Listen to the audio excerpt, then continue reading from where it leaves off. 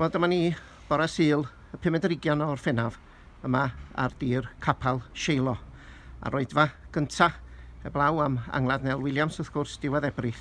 Roedfa gynta yma yn Shielo ers mis Mawrth 2020. A'r cenad bore yma oedd John Phillips, a dyn ni ddiolchgar yn iawn i John am yn harwain ni yn yn rhoedfa bore yma.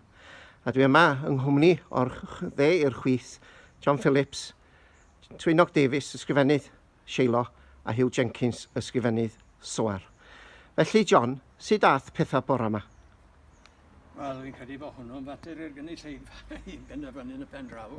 Ond mae rai gweud oedd hi'n anodd i raddau i ffurfio rhywbeth i ddweud ar ôl yn bod ni wedi bod mor hir cyn dod ynghyd yn y fe.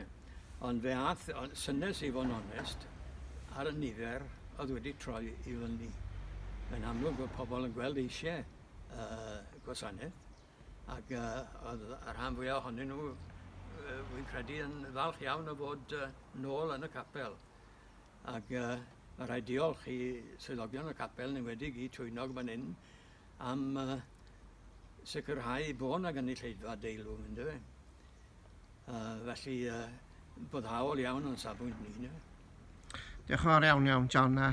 Diolch yn fawr iawn hefyd am oedfa amserol ac pwrpasol iawn bore yma, ac oedfa hefyd yn llawn gobaith. Oedd hwnna hefyd yn mewn byd reit anobeithiol ar y degau yn y cyfnod diweddar yma.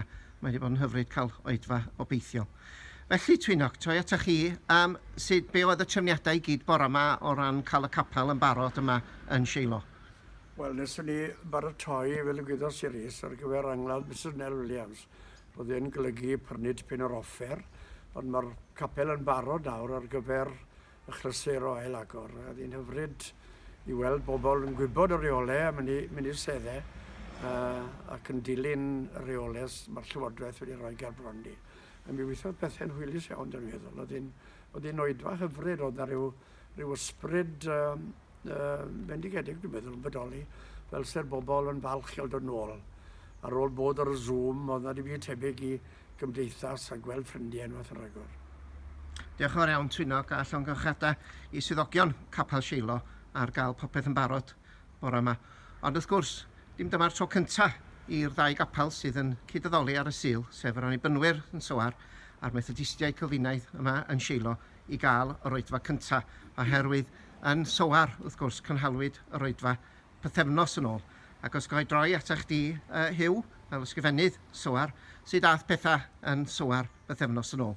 Wel, o'n i'n teimlo i fod i wedi bod yn llwyddiannus iawn, fel oedd Twynog a John yn gweud nawr. Bobl yn falch i ddod nôl at ei gilydd, a bobl yn barod i gyfnogi ym mhob fath o ffordd. John Gwilym Jones, parch John Gwilym Jones oedd gyda ni, Sul cyntaf yna, ac o'n i'n teimlo bod hwnna yn beth hyfryd iawn.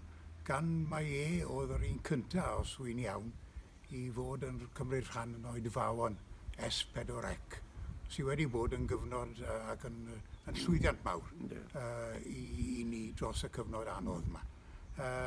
Ac felly oedd e'n hyfryd i fod gyda'n gilydd a chael cyd addoli a chyd cymdeithasu a'n gilydd. Diolch yn fawr iawn, Hugh. A diolch o galon i'r trio na chi am fod yn barod i ddeud gair wrth clonc 360 bore yma.